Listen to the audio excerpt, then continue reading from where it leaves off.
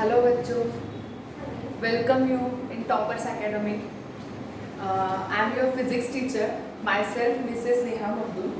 I did my MSc Physics from Pune University and I did B.Ed also. Since from last 10 years plus, I have been working with some private institution and initially I was working with engineering colleges as assistant professor. I'm working with toppers from last 4-5 years. So, behalf of Toppers Academy, I'm welcoming you for enormous and inspiring upcoming 2 years. Okay, and without wasting time, we should start with our introduction to physics. Is our lecture number 1. Okay, so before moving to exact physics concepts or physics syllabus, let me introduce physics by my own eyes. Okay, what is physics? What you have to learn while you are learning or while you are discussing some concepts regarding physics that I am going to explain today. Okay, before that, what is physics? बच्चों को यही पता नहीं होता कि what is physics. तो वो chapter ये या कॉन्सेप्ट या सब्जेक्ट पढ़ने में मजा नहीं होता और बहुत सारे सीनियर लोग ऐसे बोलते हैं कि ये नहीं होगा, physics and maths are difficult things. No no, it's not like that. Physics is just we can say physics जो फिजिक्स है वो स्टोरी की तरह पढ़ो so that you can understand the concept and you can go through it smoothly. ठीक है, तो we should start. What is physics? तो I am writing one word on the board. See here.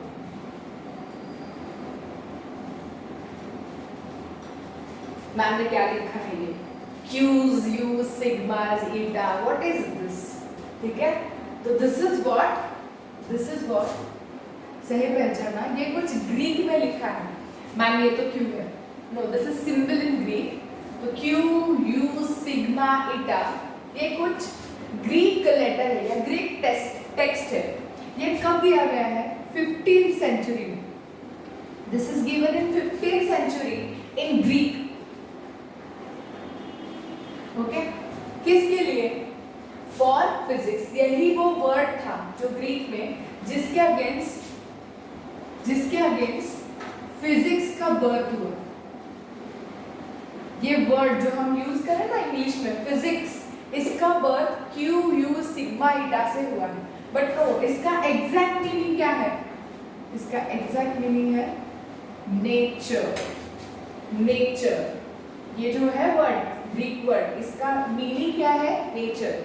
And इससे ही अपना physics जो word है वो derive हो चुका है. तो कहना है सिर्फ फिजिक्स इज नेचर. क्या बात कर रहे हो मैम?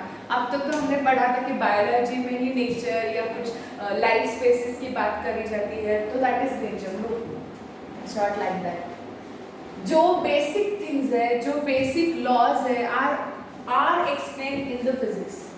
तो basic laws in the surrounding or in physical world are explained by a subject that is physics. So can I say physics is a nature? For me, physics is love. क्या है physics? ये तो चलो ठीक है, ये तो एक static theory है, उससे पता चल रहा है कि physics is a nature. या basic laws studied under subject is physics. Okay, but physics क्या है? ये आप मुझे देख पा रहे हो. हवा का चलना, फैन का चलना, एसी का चलना, या इंद्रधनुष का दिखना, या सनलाइट, सनरेज, रिफ्लेक्शन, रिफ्रैक्शन का होना, या ऑप्टिक्स की कोई चीज़ों का या मिरर्स का कुछ रिफ्लेक्शंस दिखना, या कुछ चाय का ठंडा होना, गर्म होना, या एवरीथिंग एवरीवेयर, या टाइडल एनर्जी का बनना या एटॉमिक एनर्जी का बनना, everywhere there is a physics. Okay, थोड़ा सा शायराना है बट ये उतना तो चलता है फिजिक्स के लिए. ठीक है, तो physics is everything. According to me physics is everything and everything means nothing but nature. So जो कुछ नेचर में है, जो कुछ एक्टिविटीज या इंसिडेंसेस, जो कुछ इवेंट्स भी हो रहे हैं ना, those are studied under one branch of science, that is physics.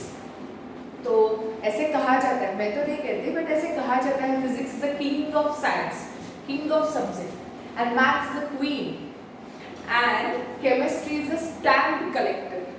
I am sorry अगर किसी को केमिस्ट्री पसंद है तो yes it is a stamp collector, but let it be, ऐसे कहावत है, ठीक है. तो physics is the king of subject. अगर कोई बंदा फिजिक्स अच्छे से कर लेता है मैथ्स के साथ साथ, तो वो बंदा साइंस में बहुत आगे जाएगा, या उसको बहुत कॉन्सेप्ट्स का नॉलेज हो, ठीक है. तो physics is nothing but a branch of science which deals with study of phenomena, properties and concepts related to different event and observations, ठीक है. ये एक ब्रांच है जहाँ पे हमें डिफरेंट कॉन्सेप्ट्स या ऑब्जर्वेशन का स्टडी करना है, उसे एक कॉन्सेप्ट में पैक करना है, दैट इज व्हाट फिजिक्स. तो I hope you understood what is physics. Basically physics 6 notion पे डिपेंड है. नोशंस, अलग अलग नोशंस होते हैं फिजिक्स के लिए.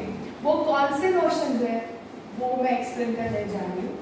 सी you should know while you are learning one subject, वो लर्न कैसे करना है, उसको पढ़ना कैसे है, उसमें क्या क्या है, और वो सब्जेक्ट का स्ट्रक्चर क्या है, वो समझना बहुत ज़रूरी होता है. हर एक सब्जेक्ट देने की या एक्सप्लेन करने की एक स्पेसिफिक वे होता है. तो वो मीन्स उसको बोला जाता है प्रिंसिपल्स या नोशंस. ये सारी चीज़ें आपको पता होनी चाहिए while you are doing one subject का स्टडी, ठीक है. तो what are the best notions of the physics? I try to list out those. First one is matter. What? Matter.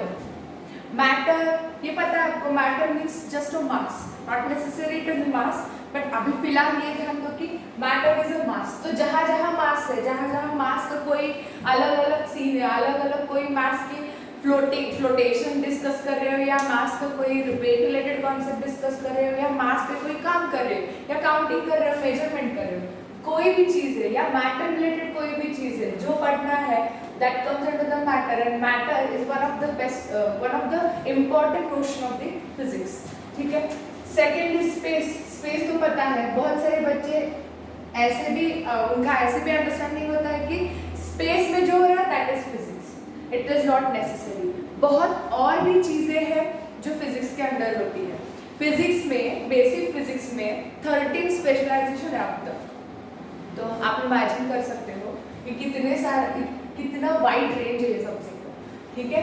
तो space, yes this is a part of physics. Space में जो भी कुछ हो रहा है एस्ट्रोनॉमिकल ऑब्जेक्ट्स के साथ, स्टार्स के साथ, एवरीथिंग, गैलेक्सी में जो भी हो रहा है, ब्लैक होल्स के साथ जो भी हो रहा है, एनर्जी का एक्सचेंज जो हो रहा है, that comes under the space का study. This is one of the important notion of the physics, that is space, ठीक है. मैटर, स्पेस, उसके साथ साथ जो तीसरा वाला नोशन है दैट इज टाइम. सी, जो फिजिक्स में इवेंट या ऑब्जर्वेशंस करे जाते हैं या उनका जो स्टडी होता है, तो हमेशा एक फैक्टर के साथ चलता है, दैट इज टाइम फैक्टर. जो x, y, z, अब तक 10th स्टैंडर्ड में आपने ये पढ़ा होगा कि x एक्सिस है, y एक्सिस है, z एक्सिस है. There must be 3 dimension for every aspect और every system, right. But time is the 4th dimension. Now onwards you have to consider जहाँ जहाँ इवेंट या कोई इंसिडेंस डिस्कस करे जाता है, किस टाइम पे, किस लोकेशन पे, this vehicle started with this speed 120 kilometre at what time, you have to take count of time, right. तो time is one of the important notion of the physics. Then fourth, matter, space, time, उसके बाद motion. अभी मैं ये सारे questions कर रही हूँ, that comes under the physics. इसका स्टडी होगा मोशन का, ये फिजिक्स में होगा. कार का मोशन है, बेंडिंग ऑफ रॉड्स है, बहुत सारे मोशंस है. कितने सारे मोशन हम बता सकते हैं अपने डे टू डे लाइफ में. We are doing n numbers of motion and those are studied under one subject, that is physics. So motion is biggest notion of the physics. Then fifth one is energy. Is what? Energy. ये आपको पता होगा कि जो energy, conservation of energy, ये बहुत बड़ा Einstein का कंजर्वेशन रूल है ये. तो कंजर्वेशन ऑफ एनर्जी, राइट. तो एनर्जी जो है इक्वल टू mc²। ये बहुत मायने रखता है बहुत सारे कॉन्सेप्ट्स एक्सप्लेन करने के लिए फिजिक्स में और साइंस में। तो energy is the biggest notion in the physics. And last not the least that is what radiation. Radiation फिलहाल energy and radiation these two are the notions common notions for chemistry also. But radiation में partly जो modern physics में है वहाँ पे हमें radiation का बहुत सारा स्टडी है।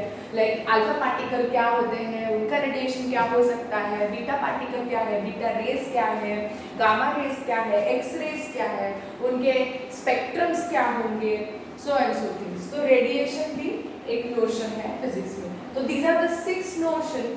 इनके हिसाब से फिजिक्स में बहुत सारे कॉन्सेप्ट्स एक्सप्लेन किए जाते हैं। What are those? matter, space, time, motion, energy, radiation.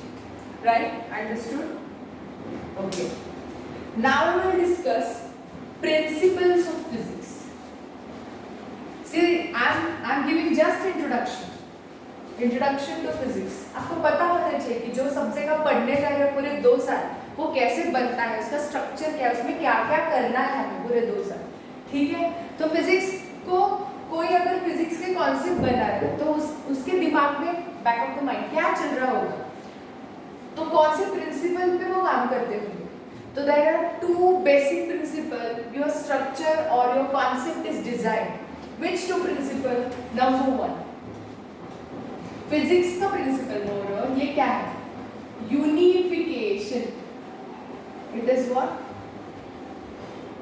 Unification. And second is reductionism. What it is? Reductionism. Unification. Unification. What mean इसका meaning है? Unify means to unite the things, to collect the things together. Okay? तो unification को थोड़ा अच्छे से explain करते हैं, then we'll explain reductionism. Unification. Mixing the things together, mixing the events together, mixing the observations or we can say concepts together. That is the fundamental principle of physics. Why? देखो इसके लिए मैं example दे सकती हूँ, like apple falling. Apple falling ये तो आप बचपन से सुनते आ रहे हो. This is now onwards. ये तो फिजिक्स का एग्जांपल नहीं होगा, ये तो हिस्ट्री बन गई. Apple is falling on Isaac Newton's head, right? That is the Eureka term given by the Newton. Then further it was law of gravitation, right? तो यहाँ पे जो इवेंट हो रहा है, क्या इवेंट है या इंसिडेंस कौन सा है? Apple is falling. First incidence क्या है? Apple falling, right? सेकेंड और एक इंसिडेंस समझ लो, revolution of moon around the earth. है ना, दिखता है ना मून सब लोगों को, ठीक है? तो revolution of moon around the अर्थ, ये भी एक सेट ऑफ इंसिडेंस है, ये भी ध्यान में रखो. Moon revolution around the earth या earth revolution around the sun, दोनों ही एक्सेप्टेड है. Then swinging of a pendulum. Pendulum देखा है सबने, ऐसे स्ट्रिंग होती है एंड यहाँ पे एक बॉब कनेक्ट किया होता है एंड इसका this string is so connected to fixed end it is forced to swing. तो this is how it works. ऐसे वॉचेस शायद आपने देखे होंगे. तो this is what swinging of a pendulum, right? तो ये एक ऑब्जर्वेशन है और ये एक इवेंट है. तो क्या बना है? Swinging of pendulum. ये सारे ऑब्जर्वेशंस है. एप्पल का गिरना, मून का रिवॉल्व होना या अर्थ का रिवॉल्व होना, पेंडुलम का स्विंग होना, और भी बहुत सारे एग्जांपल्स हम दे सकते हैं. ये 3 एग्जांपल किसी एक ही कॉन्सेप्ट से दिए जाएंगे फिजिक्स में. हर एक इवेंट या हर एक इंसिडेंस के लिए अलग अलग तो कॉन्सेप्ट नहीं होगा. तो बहुत सारे कॉन्सेप्ट को मिला ये ऑब्जर्वेशन है, ये ऑब्जर्व. तो इसके लिए एक स्टैंडर्ड कॉन्सेप्ट है, इसके लिए एक स्टैंडर्ड लॉ मुझे डिस्कस करना है. तो फिजिक्स में यही किया जाता है, यूनिफाई. सारी चीजों के लिए एक ही चीज बताओ, एक ही कॉन्सेप्ट बताओ, so that person can understand it easily, right? तो ये 3 जो सेट है या ऑब्जर्वेशन है is based on single concept. एक ही कॉन्सेप्ट पे बेस्ड है. कौन सा? ये एप्पल फॉलिंग से आप पता कर सकते हो क्योंकि अभी ये आपने बहुत बार पढ़ा होगा. That is law of gravitation, right? क्या है ये? Is law of gravitation. तो इतने सारे जो ऑब्जर्वेशन है एक ही कॉन्सेप्ट से बता रहे हो, तो we are doing what, we are doing और we are uniting the things.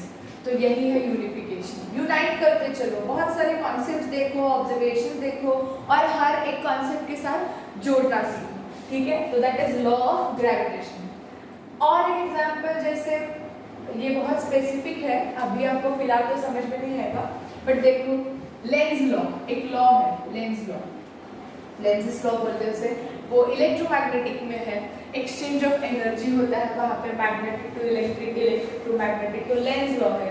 Bernoulli's principle है, अलग अलग प्रिंसिपल्स को भी इकट्ठा लेते हैं फिजिक्स में, बर्नौलीज प्रिंसिपल है, ओके।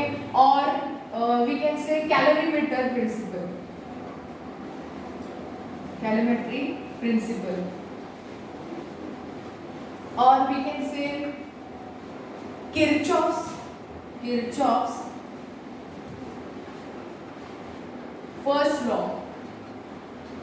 ये अलग अलग लॉज है, यहाँ पे मैंने ऑब्जर्वेशंस बताए, देखो यहाँ पे मैं अलग अलग लॉज और प्रिंसिपल को इकट्ठा करी, लेंस लॉ है, बर्नौलीज प्रिंसिपल है, कैलोरीमीटर प्रिंसिपल है, या किरचॉफ्स लॉ है। ये अलग अलग लॉज एक ही प्रिंसिपल पे बेस्ड हैं या एक ही लॉ पे बेस्ड हैं, और दोज आर सब लॉज ऑफ दैट और those are views of that. ये सारे जो लॉज है एक ही लॉ से दिए गए हैं, कौन सा, लॉ ऑफ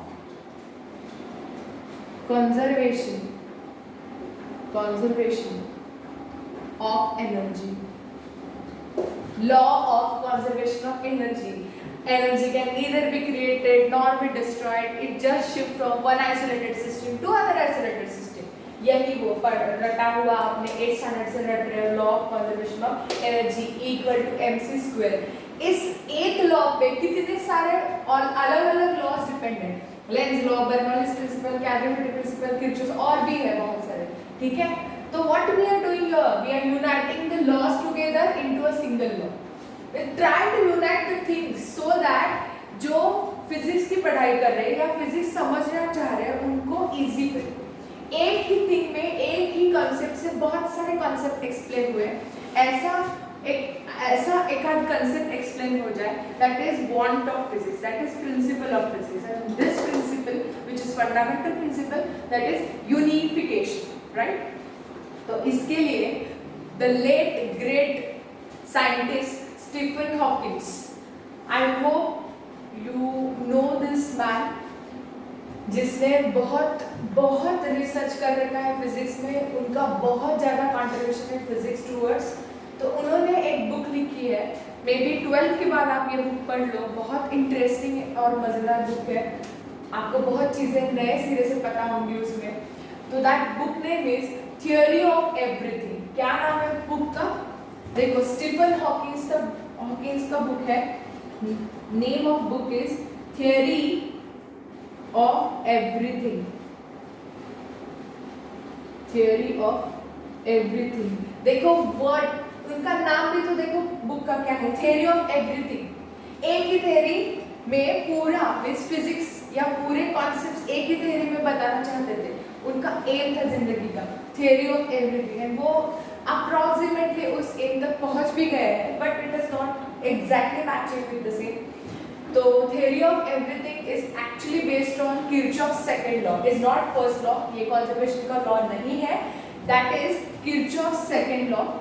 थर्मोडायनेमिक्स में है अपने को ये 12th स्टैंडर्ड में, वहाँ पे मैं डिटेल पढ़ाऊंगी ये क्या है किरचॉफ्स सेकंड लॉ। बट फिलहाल ये ध्यान में रखो कि स्टीफन हॉकिंस बहुत बड़े साइंटिस्ट है फिजिक्स के लिए, उनके बुक का नाम भी क्या है देखो, which is based on fundamental of physics, theory of everything. एक ही थियोरी जो एवरीथिंग, जो सारे लॉज या सारे कॉन्सेप्ट्स एक्सप्लेन कर सके, और probably is matching with that, that is Kirchhoff's second law. समझिए क्या है ये प्रिंसिपल, unification. Try to unite the concepts, events, observation, conclusion together into one single law. Okay? समझ में, that is unification. Now, second principle of physics is, second principle ये है reductionism. इस पे ज़्यादा बात नहीं करते हैं, I'll just give you one example, that is reductionism.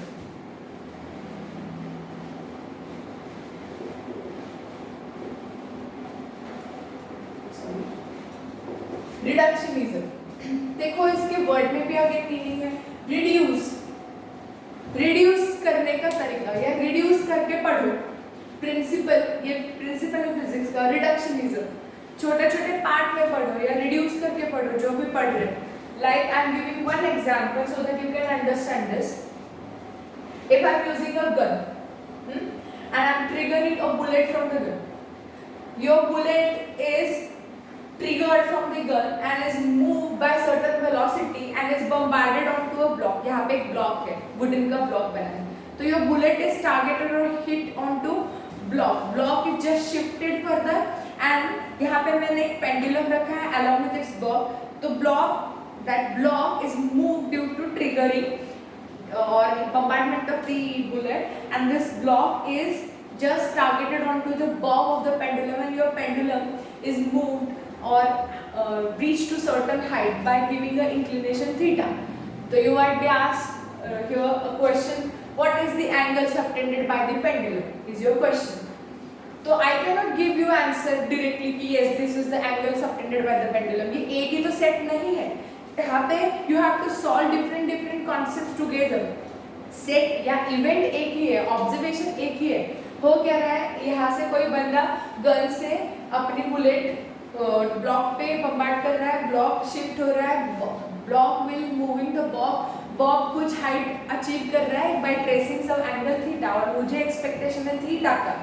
तो इसके सोल्यूशन के लिए I can use principal of physics that is reductionism. कैसे करोगे? फर्स्ट से देखो यहाँ पे कितने सारे लॉज आपको यूज करने होंगे। First principle, you are triggering a bullet from a gun, तो दिस इज मोमेंटम, मास है ना बुलेट का, तो mass is moving with certain velocity. तो यस यहाँ पे क्या हो रहा है, मोमेंटम का exchange, linear initial momentum final momentum is triggered and is targeted onto a block, तो block is moved further, तो यहाँ पे क्या हुआ, exchange of energy, force is applied, block is moved, friction is happened here along the surface, then is bombarded onto the bob is shifted further, again there is a exchange of energies, there is a momentum and pendulum is moved। तो वहाँ पे SHM हुआ है, SHM में theta का calculation निकालोगे, वो कितनी हाइट पे जा रहा है, कितने टाइम में जा रहा है। तो there are set of different concepts you have to use, reduce, sort it first, solve one by one and get the final answer. This is how you going to solve numericals in the physics. ठीक है? So this is what reductionism. So this is the basic principle you have to use while you are solving different sets of event. और एक ही event में बहुत सारे laws आपको use करने होंगे. तो solve one by one and take final answer. ठीक है? So this is one of the fundamental principle of the physics, that is reductionism. समझ गए? Now I have discussed two principles of the physics, that is unification and reductionism. Now properties of physics, subject के properties क्या है? Physics में बहुत सारे properties आप list out कर सकते हो, तो I am just explaining some of that. Three most important properties of physics are: number one, observation. Number two, universal, and number three, ever dynamics. Okay, observation, universal and ever dynamics. ठीक है? Observation आप समझ सकते हो कि observation पे ही बहुत सारे कॉन्सेप्ट है। हमने कुछ देखा, वी ट्राइंग टू इमेजिन कि यस इस पे क्या हो रहा है, ये कौन सा वर्क हो रहा है, यहाँ पे क्या कॉन्सेप्ट आप लगा सकते हो, then you try thinking on that direction and there must be a eureka, there must be a invention and this is your law. You put forth the laws in front of society. तो ऐसे कुछ होता है standard वे। तो basically physics बहुत बार observation based रहता है। ठीक है? First observe the things then come to the conclusion. ठीक है? तो हर जगह पे आपको ऑब्जर्वेशन करते रहना है। बहुत सारे इन्वेंशन अभी बाकी है फिलहाल, तो वो observation means physics is changing continuously, तो ये ऑब्जर्वेशन पे बेस्ड है। ठीक है? तो फिजिक्स में प्रॉपर्टी क्या है फिजिक्स की, is based on observation. Second property is universal. Universal means जैसे मेजरमेंट के कॉन्सेप्ट है, यहाँ पे अगर मैं 1 किलोग्राम ऑफ शुगर परचेस कर रही हूँ एंड वही sugar if I am purchasing 1 kg of sugar in USA तो it will be same 1 kg यहाँ पे और 1 kg वहाँ पे विल बी द सेम। जैसे टाइम का है 24 आवर्स का डे बनता है, that is the standard convention, right. तो यहाँ भी वही है, हर अलग अलग कंट्रीज में भी वही है, वहाँ पे जस्ट सिस्टम्स ऑफ यूनिट का अलग अलग डिफरेंस है, बट ऑन द कॉन्ट्ररी हर जगह पे कुछ ना कुछ चीज़ें वो स्टैंडर्ड है। लाइक जैसे लैंग्वेज की तरह डिफरेंस नहीं, universal by means of universal law of gravitation, वो भी आपने 10 में पढ़ा। Why universal? क्योंकि ग्रेविटी हमारे यहाँ वर्क होती है और उनके यहाँ वर्क मींस दूसरे कंट्री में वर्क नहीं हो रही है, ऐसे तो नहीं है, इज यूनिवर्सली गिवन और यूनिवर्सली अप्लाइड, राइट। तो हर जो कोना अर्थ पे है वहाँ पे वो ग्रेविटी श्योरली वर्क होगी। वो कौन सा point, excluding centre of earth के सेंटर पे ग्रेविटी वर्क नहीं होती है एनीवे, बट हम तो अर्थ के सेंटर तक जा नहीं सकते, तो excluding that point everywhere you can experience gravitational force. तो दिस इज यूनिवर्सल। तो जो सारे लॉज है फिजिक्स में, हम जो सारे लॉज पढ़ रहे हैं, all laws are universal, those are applicable everywhere, those are same everywhere, right. तो this is second property of the physics, that is universal, right. Next is ever dynamics. हम बहुत बार ऐसे वर्ड यूज करते हैं, इस बंदे में वो बंदा बहुत डायनामिक है। डायनामिक मीन्स वो कुछ ना कुछ करता रहता है, कुछ ना कुछ इनोवेटिव करता रहता है, मीन्स एवर डायनामिक्स। यहाँ ये वर्ड ऐसे कुछ वर्क हो, ऐसे कुछ यूज हो रहा है कि is something changing continuously, something doing innovative continuously, means रटा रटाया वही कॉन्सेप्ट्स हर बार यूज नहीं हो रहे। For example I am explaining this कि बिग बैंग थ्योरी आप लोगों ने सुनी होगी, बिग बैंग थ्योरी।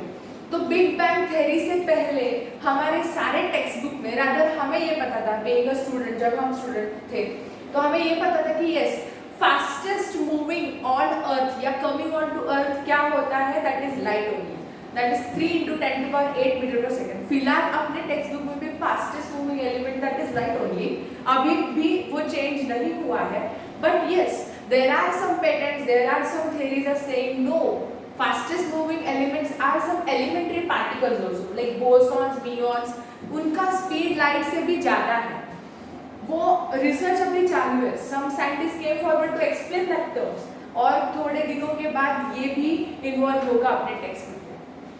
तो जो हम इन्वेंट कर रहे हैं, जो हम कंक्लूजन बना रहे हैं 50 साल पहले या 100 साल पहले, इट मे चेंज, और वो चेंज होगा या अपडेट होगा। जैसे आप मोबाइल का सॉफ्टवेयर जैसे अपडेट करते हो, उसमें ओरिजिन में तो कुछ चेंज नहीं हो रहा है, but you are updating some things with respect to time, right.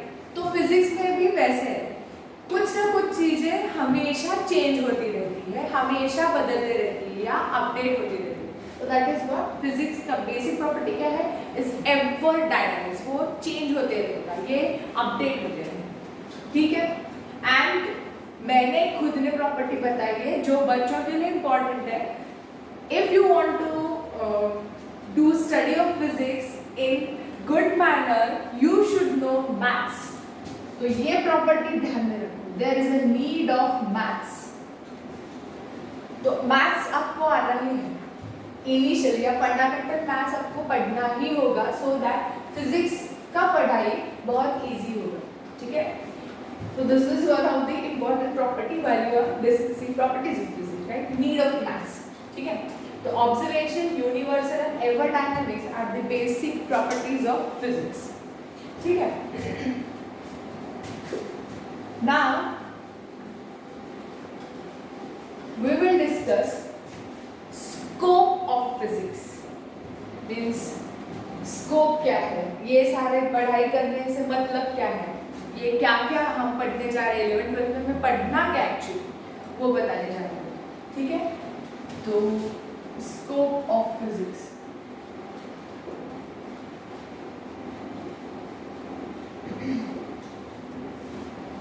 देखो स्कोप ऑफ फिजिक्स क्या है। We can divide physics one subject into 2 sub branches, 2 branches of physics, जो हमें पढ़नी है या है one basic branch that is macroscopic physics and another branch which is microscopic physics. Macroscopic physics, microscopic physics. Macro means bigger in size, micro means smaller in size. जो objects big in size है like car है, train है, mountains है, planets है और कुछ, ये सारे जो मैकेनिक्स वाले जो पॉइंट है या कुछ बड़े बड़े ऑब्जेक्ट्स है या पुराना वाला फिजिक्स जो है इसमें पढ़ना है मैक्रो फिजिक्स. और नई चीजें, छोटी छोटी चीजें, माइक्रो थिंग्स आ रहे ना, माइक्रो मोबाइल्स, माइक्रोफोन्स, सब माइक्रो आ रहा है. तो माइक्रो मीन्स नई small things, electrons, protons, elementary particle, bosons, muons, ये सारी चीजें यहाँ पढ़नी है. तो माइक्रो मीन्स मॉडर्न फिजिक्स या क्वांटम फिजिक्स है. तो ये पुराना फिजिक्स है, ये नया फिजिक्स है. तो दिस इज इम्पोर्टेंट, इनका बंटवारा होना बिल्कुल जरूरी था. ठीक है. तो मैक्रो फिजिक्स को और एक नाम है that is classical physics. Is what? Classical physics. And ये क्या है? Modern physics. और we can say this as quantum physics. Anyway, this is very dangerous branch, quantum physics. ठीक है.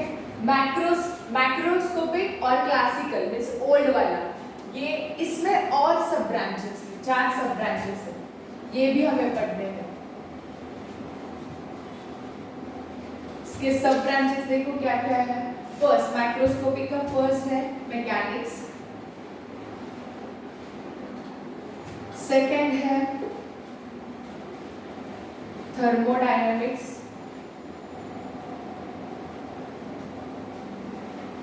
next is electrodynamics, and last one is nothing but is my favorite, is optics. Okay, we'll come to this later. ठीक है. Mechanics, thermodynamics, electrodynamics, optics, these are the 4 basic branches of macroscopic physics और classical physics. यहाँ पे बहुत सारे topics हमें 11-12 में पढ़ने हैं, तो उसका थोड़ा सा हम देखते हैं कि क्या क्या पढ़ना है, करना क्या है 2 साल में. ठीक है. तभी वो इंट्रोडक्शन खत्म होगा. राइट. तो मैकेनिक्स में यहाँ पे तो मैं टॉपिक्स की लिस्ट बना सकती हूँ, but it is not important. करना क्या है वो देखते हैं. मैकेनिक्स में करना क्या है? कार का मोशन पढ़ना है, ट्रेन का मोशन पढ़ना है, 2 ट्रेन अलग अलग डायरेक्शन में, एक ट्रेन इस डायरेक्शन में, एक ट्रेन उस डायरेक्शन में. तो कार, बेंडिंग ऑफ कार पढ़ना है, बेंडिंग ऑफ रॉड पढ़ना है, स्विंगिंग ऑफ पेंडुलम पढ़ना है, स्ट्रेचिंग ऑफ वायर पढ़ना है,